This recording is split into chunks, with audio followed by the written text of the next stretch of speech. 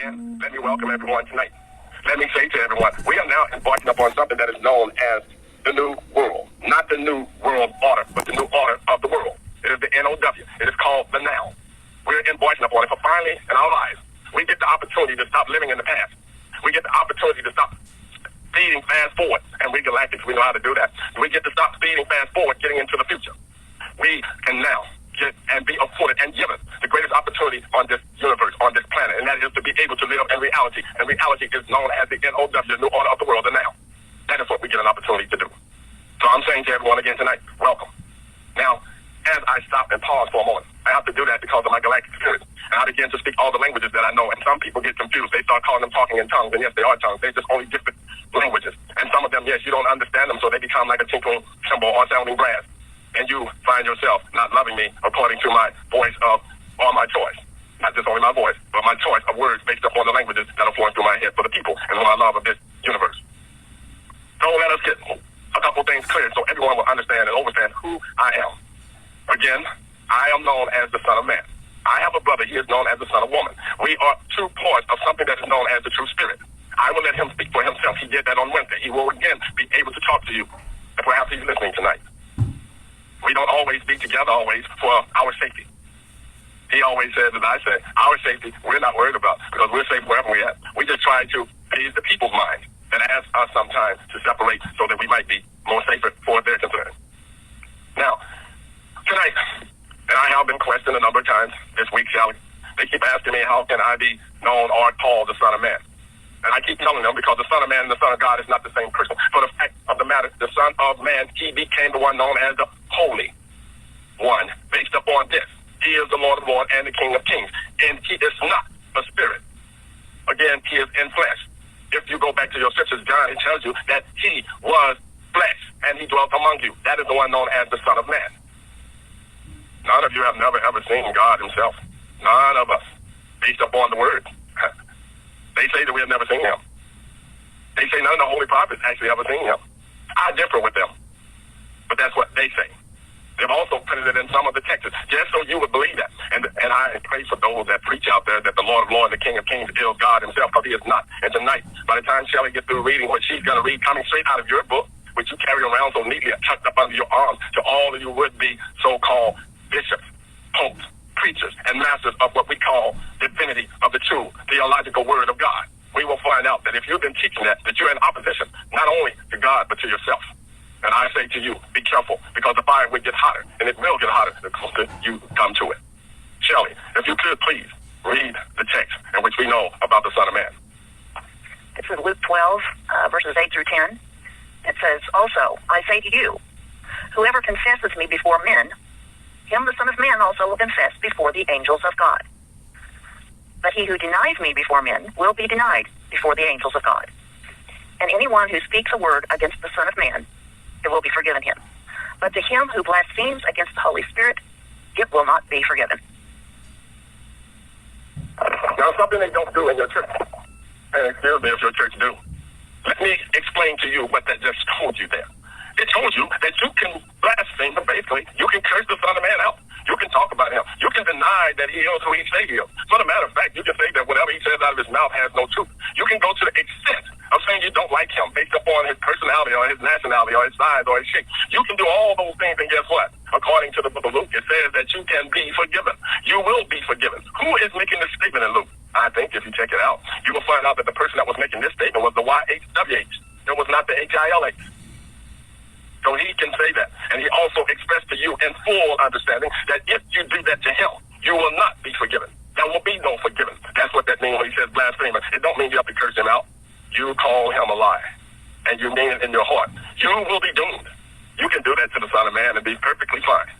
But if you do it to my Father, you will never do it again. That's a promise. Now again, you have been taught that the YHWH, when totally put into its content, its perspective, it becomes HYHW, known as behold the hand, behold the nail. The H's represent behold. The Y represents the hand. The W represents the nail.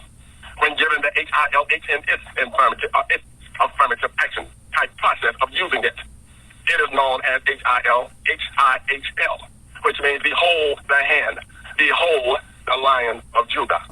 That is the King of Kings. That is the Lord of Lords. And it became flesh, and it dwelt among you. Yes, and he, just like his father, just very, very jealous about someone, keeps calling the King of Kings, Lord of Lords, and any of those things by my Father's name, because my Father is much more than a King of Kings or a Lord of Lords. He is the maker of all things. He is the one that created the heavens and earth and everything that's within it, everything that is beneath it, everything that is around it, and everything that is above it. That is who my Father is. He don't have to lord over anybody's kingdom. He don't have to lord over anybody's house. But everything is his. So, this week, as you know, I have been kind of weighed down because I got all these calls with people asking me that question because somehow it popped up on my phone and everybody saw it and everybody began to ask. Well, now they know the truth, and the truth shall set you free. Yes, it will. Yes, it will. Thank you for explaining that, brother. I think that's helped clarify some things for some people.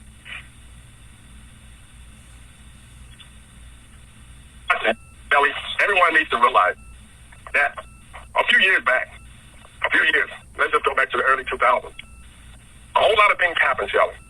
And what they started to do, they started doing something that they called Bible codes. They started cracking the Bible codes. They wanted to find out about certain people in the Bible codes.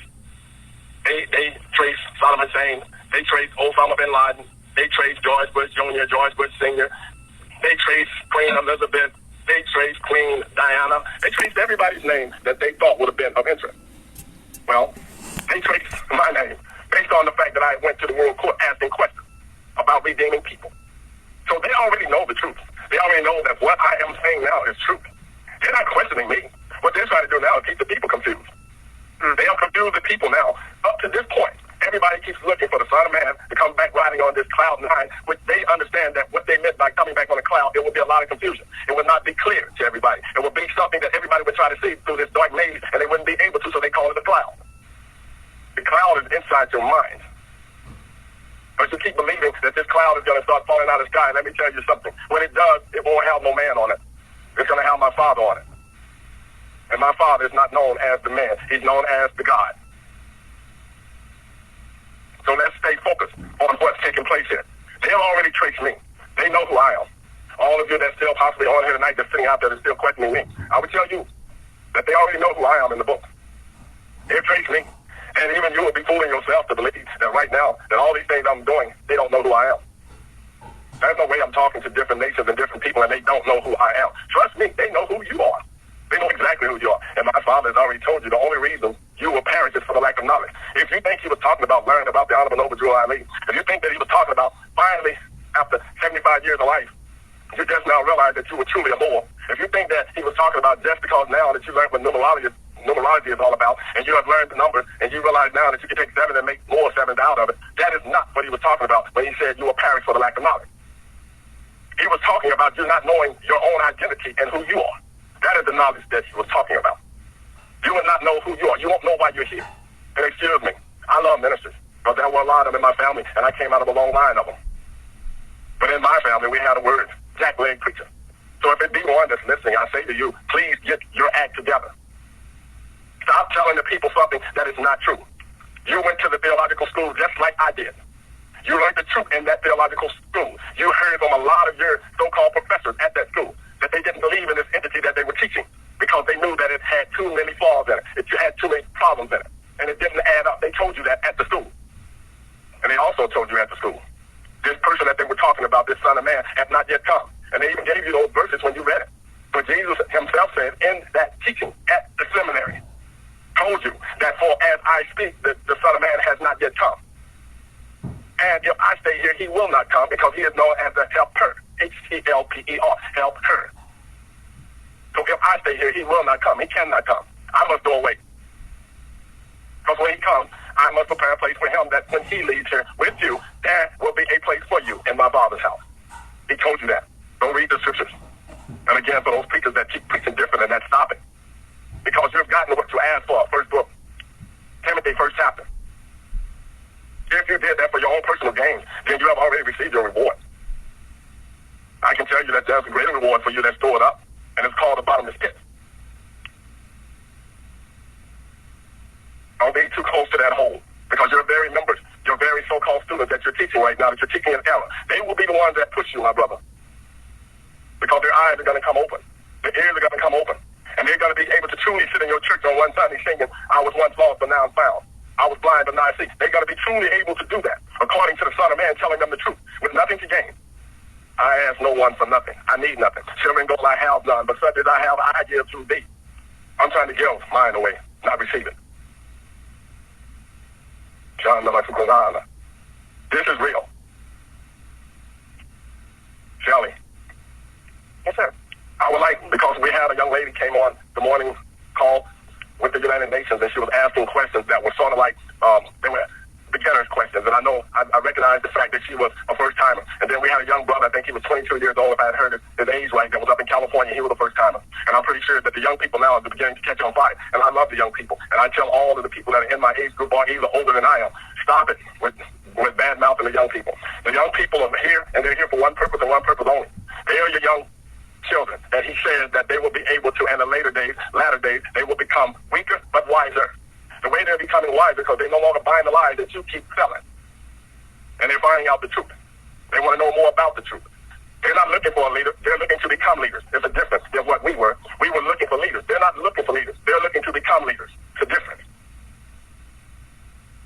They're not looking for a king. They're not looking for a Jackson. They already have that. They have that within themselves. They are their own king. They are their own Jackson, based upon the fact that they march to their own beat. They're marching to their own rhythm. They don't always have to listen to old school to understand how to school people. They need your help to understand that. They need to know the truth, for the truth will set them free. That's all they're asking for now. I get young men sitting down with me all the time doing that. Some of them are being shot at. Some of them are having their cars dragged away from their apartment complexes based on the fact that they're telling them they don't have a visitor sticker on their car. They live there. They parked in the visitor parking spot because all the other spots was out. And the last time I checked the United States of America to include on the military bases, they still do it sometimes. But that was a law that came out in about, let's say 1987, that says no parking spots will be marked except those that were of handicap. That was a law that came out for the whole United States. There will be no marking of parking areas except those that were marking for handicap. It's in the law. And it says that everybody can put their name Reverend. They can put their name President. They can put their name Visitor. They can put their name Jack, Bill, and John and have their own personal parking area. When it said that will not happen anymore. It will only be one and it will have a wheelchair on it. No name. First come, first serve. You got 3 wheelchairs, he's got one, beat him back. No offense. It's facts. We're trying to clear up some things, Shelley. We must tell the people the truth because this is what's going to be coming from the World Court. This is what's going to be coming from the United Nations. This is what's going to be coming from all of those nations at large now. We're going to know how to treat one another according to the true word of whom we call God. Yah, YHWH. We're going to learn how to treat one another that way. And my brother, he loves to hear me say this, so I'll say it again. Without excuses. Yes, and I'm pretty sure some guys are listening on this line when they hear me say this. Because we once were in a group of guys that we call ourselves we kept using the word cautious. We were cautious over everything that we said. We were cautious about the way we would treat people. We were cautious about the way we would ask ladies out. Cautious, we called ourselves with a big C. And we learned that excuses is a tool, and it builds bridges to nowhere. Again, I repeat, the word excuses is a tool that builds bridges to nowhere. And those who use this tool are masters of nothingness. So instead of us making excuses, we realize that we made a mistake. And what we do is we correct it. And for those out there that know Dr. Henderson, if you sit down with him long enough, you don't have to get and be contentious with him on anything. No, if you come to a disagreement with him, at some point in time, if you're listening to him, you will hear him saying, I always deserve the right for one thing. I deserve the right to be wrong. If I was wrong, tell me. I will fix it. Perhaps it was a mistake. I can assure you that it was not in the intent to tell you a lie. Why? Because I do not have to defend a lie. All I have to do is stand on the truth. That's why I don't go to their courts, and I will never go to their courts. They will come to mine. Because in mine, we do not defend lies. We only listen and stand on the truth. For in my court, it tells us that even if truth should fall from the heavens and crush the earth, it will and shall and must rise again and again and again and again. I just wanted to tell you, like always, to clear up a few things. And now I need you to do us a favor. And as you do stumble, because we know that you do this all the time, and you got all those hats you're wearing right now, and we got people that are coming in now, and it's going to help relieve some of that hat wearing. But I appreciate that. I know, sis. And I do, as the best of your ability right now, I want you to, let's go back and give everyone that possibly knew on here an opportunity to realize who we are and what we're doing based upon the World Global Reset Network. Because we are them. There are no others. Not NESRA, not the white hats.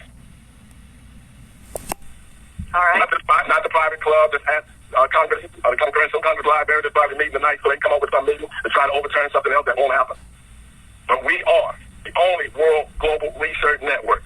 We are the 501c4 trust, the only one in existence on this universe. It is the one to realign, reshape, and replenish to include, restore, and redeem the entire universe. So, Shelley, please help us out. I need a drink of water.